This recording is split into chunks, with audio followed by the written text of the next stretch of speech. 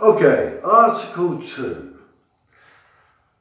The Republic recognises and guarantees the inviolable rights of man. Okay, I'll stop there because we've got to understand what we mean by inviolable rights. Okay, so inviolable rights are what the freedom to be me, okay? I can explain it like that. So I'm free to be myself. Maybe I believe in that religion, or I support that political party, or I think like this, or I want to go there and work in that job, or move there and live over there, etc., etc. So we've got a right to really express our personality, who we are, and construct our life the way we want to construct it. So these are our inviolable freedoms, because you can't violate these. They're part of us. You take away these, you take away who we are. They're often called inalienable, because to have these freedoms is being human. If you take away these freedoms, we're no longer human. An animal doesn't vote, it doesn't have a religion, it doesn't have a certain philosophy of life, it has instincts. And so we need these freedoms to really be human. Without these freedoms, we would be slaves, because we would be controlled by other people. Only following instructions and being limited to what other people want us to do. And obviously that is not acceptable. So they're inviolable. You can't take them away. It says the Republic recognises and guarantees. We know it guarantees them, but why recognise? Why not establishes or creates? Because these rights are said to be pre-existent of the juridical system.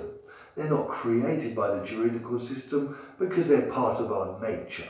They're jus naturalist. They're part of us, and they're part of our nature. We have them before the juridical system talks about them. So they are recognised. They're not established, they're not created. They're recognised that we are able to be who we are. Now, I'll continue.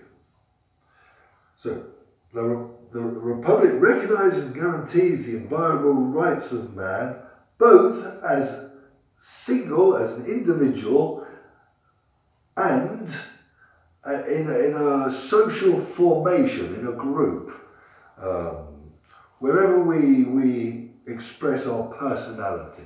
So let me just explain that more. It's not finished yet, but okay, so why do they say as individuals? Because we know as individuals we have a right to express who we are, but it also adds in a social formation, in a group context.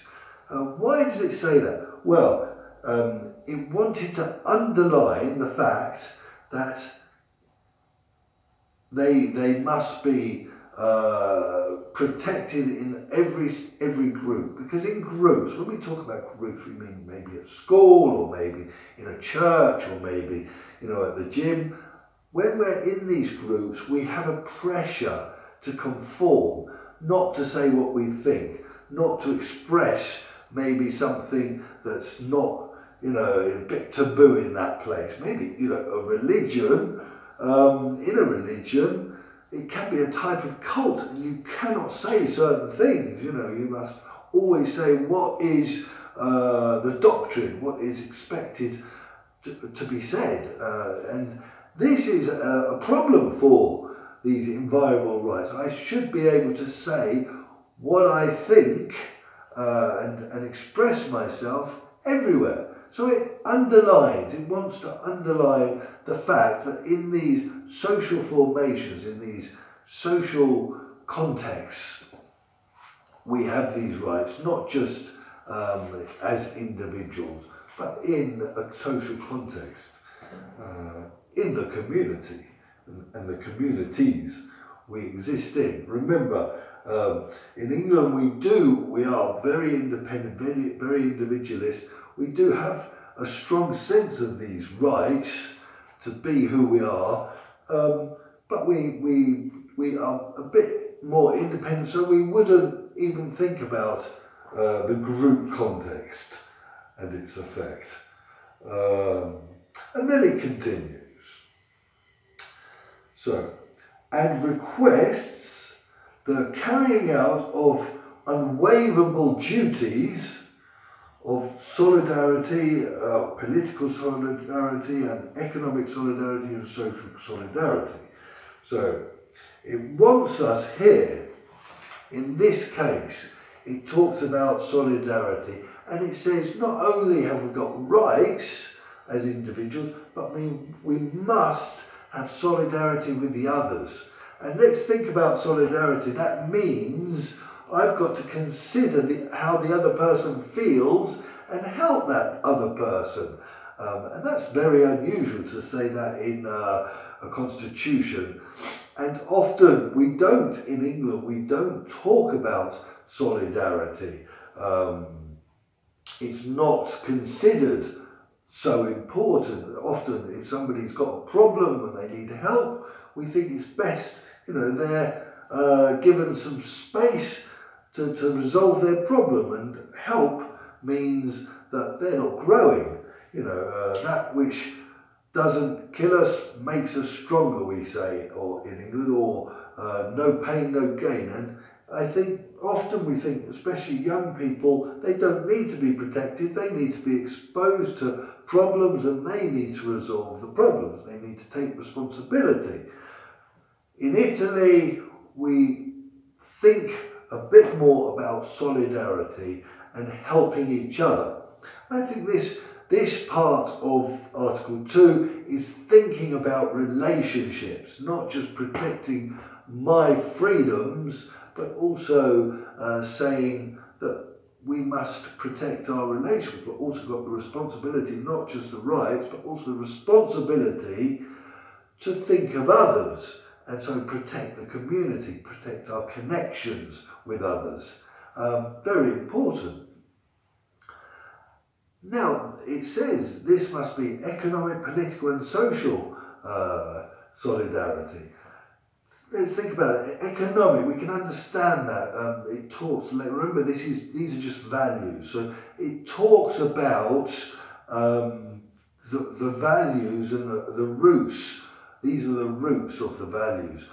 But later on, it says there must be a progressive tax system. So those richer people must pay more. And this is a kind of solidarity and economic solidarity, because they pay more to the government, which can redistribute the wealth and the riches of the country to the poorer, to protect the poorer. So in that way. Or another example would be if I didn't have any money and my wife had some money and I really need money, by law I can ask my wife for some money, and that's in the civil code. And that is an example of how they made this concrete.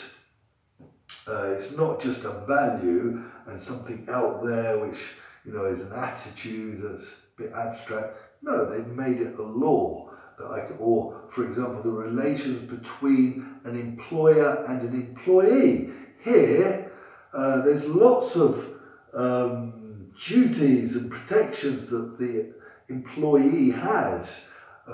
So this means that the employer must always have solidarity and must pay, for holiday or for maternity leave.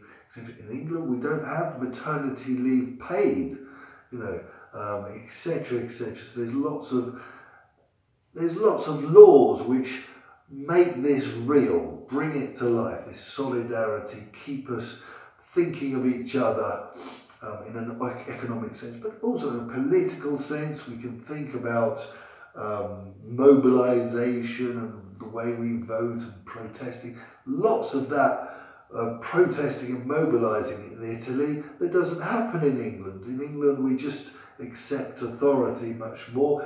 Here there is this behaviour and attitude that, you know, if somebody's got a problem and being abused by the government with their policies or in an employer context, then we must have solidarity, a political solidarity, and mobilise and protest and stick together.